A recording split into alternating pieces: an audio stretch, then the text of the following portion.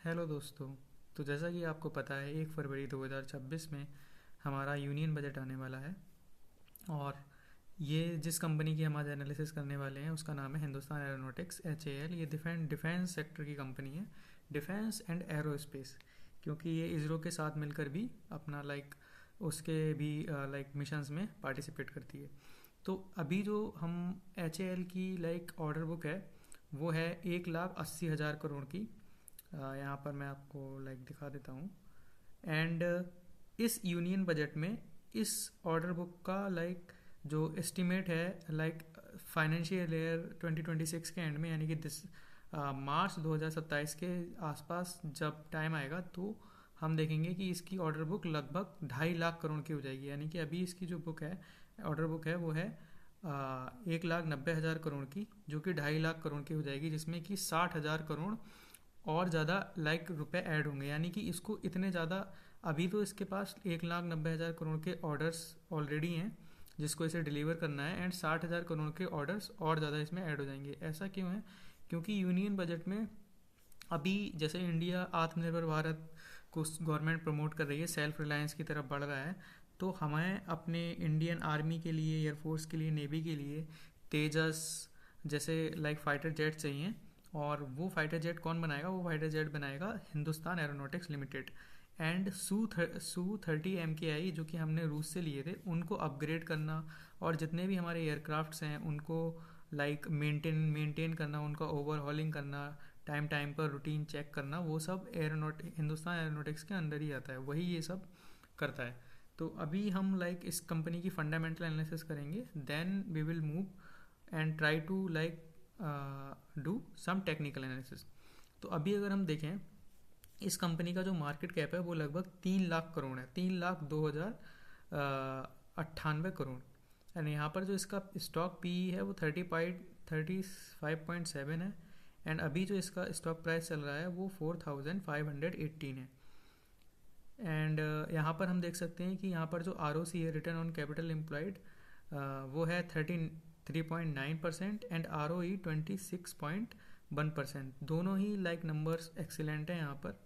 And यहाँ पर अगर हम थोड़ा सा अबाउट सेक्शन में जाएं कंपनी का और देखें कि इसका जो रेवेन्यू है वो फाइनेंशियल 2025 में 24% रेवेन्यू मैन्युफैक्चरिंग से आया था। यानी कि उसने जो एयरक्राफ्ट, हेलीकॉप्टर्स और उनके इंजन या फिर जो भी एसेसरीज हैं, जो पार्ट्स हैं, वो जो उनको मैन्युफैक्चर किया और जहाँ जहाँ भी इंडियन आर्मी, नेवी और एयरफोर्स को ज़रूरत थी उसको सप्लाई किया, तो वहाँ से इसका रेवेन्यू आया था, जो कि फरवरी 2000 फाइनेंशियल ईयर 2023 में 19% था। तो इसमें काफ़ी अच्छा इंप्रूवमेंट आया है। देन सर्विस का मीन्स है कि यहाँ पर जो एयरक्राफ्ट इसने प्रोवाइड किए हैं हमारी आर्मी को या फिर मिलिट्री को, तो उसका ओवरऑल, उसका रिपेयर, उसके मेंटेनेंस से जितना भी जो भी टेंडर्स होते हैं वो सब HAL को मिलते हैं।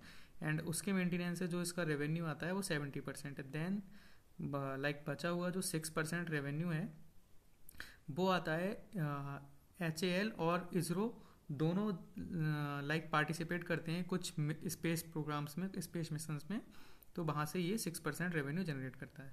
अभी हम यहाँ पर हमने इसका बेसिक चीज़ें देख ली हैं। अभी हम पीयर्स में चलते हैं और पीयर्स में जाके देखेंगे, इसका पीयर कंपैरिजन करते हैं, इसकी वैल्यूएशन कैसी है। तो यहाँ पर हमने जैसे देख रखा था कि पी जो है हिंदुस्तान एरोनॉटिक्स का वो 35.67 है, जबकि अगर ये जो सेक्टर है एरोस्पेस एंड डिफेंस, इसका मीडियन पी देखें वो 59.77 है। अप्रॉक्सीमेट हम कह सकते हैं इसका मीडियन पी 60 है। और उसके कंपैरिजन में अगर हम हिंदुस्तान एरोनॉटिक्स को देखें तो यहाँ पर ये अंडर वैल्यूड है। यहाँ पर ये एक बहुत अच्छी प्राइसिंग पर अवेलेबल है। और जितनी भी एरोस्पेस एंड डिफेंस से रिलेटेड कंपनीज हैं उनका पी आप देख सकते हैं, भारत इलेक्ट्रॉनिक्स का 53 है, देन भारत डायनामिक्स का 85 है, जो कि मीडियन पी से भी ज़्यादा है। एंड सबसे कम जो पी है वो इसी का है। तो यहाँ पर वैल्यूशन बिल्कुल राइट है। डिविडेंड भी ये प्रोवाइड करता है, डिविडेंड ये देता है 0.89% इसकी डिविडेंड यील्ड है। अब चलते हैं यहाँ पर देखते हैं कि ROCE है, तो ROCE इसका जैसा हमने देख रखा था पहले 33.9 एंड ROE 26.07। और यहाँ पर अगर हम देखें जो मीडियन ROCE है इस सेक्टर का वो 18 है, जो और इस कंपैरिजन में इस कंपनी का आरओसी एक्सीलेंट है। जो मीडियन आरओई है, रिटर्न ऑन इक्विटी है इस सेक्टर की, वो 14 है, जो कि HAL की 26% है, वो भी यहाँ पर एक्सीलेंट है। अब एक जो मेजर कंसर्न रहता है डेट का, अगर यहाँ पर हम डेट टू इक्विटी रेशियो देखें तो HAL का डेट टू इक्विटी रेशियो 0 है, यानी कि इस पर 0 डेट है, इसमें कोई भी डेट नहीं है। एंड यहाँ पर लाइक मीडियन अगर डेट देखेंगे तो 0.08, यानी कि बिल्कुल नेग्लेजेबल। इस पूरे सेक्टर में जितनी भी कंपनियां हैं उन पर नेग्लेजेबल, ये तो मीडियन है, नेग्लेजेबल लाइक डेट है। तो यहाँ पर अभी चलते हैं क्वार्टरली रिजल्ट में।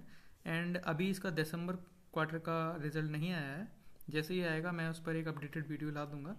अभी हम सितंबर क्वार्टर का अगर रिजल्ट देखें तो सितंबर 2025 में इसकी जो सेल्स थी वो अराउंड 6,629 करोड़ थी। एंड जो सितंबर 2025 में इसकी सेल्स थी वो 5,976 करोड़ थी। तो यहाँ पर हम देख सकते हैं ऑलमोस्ट 11 to 12% का इंक्रीज़ हुआ है सेल्स में।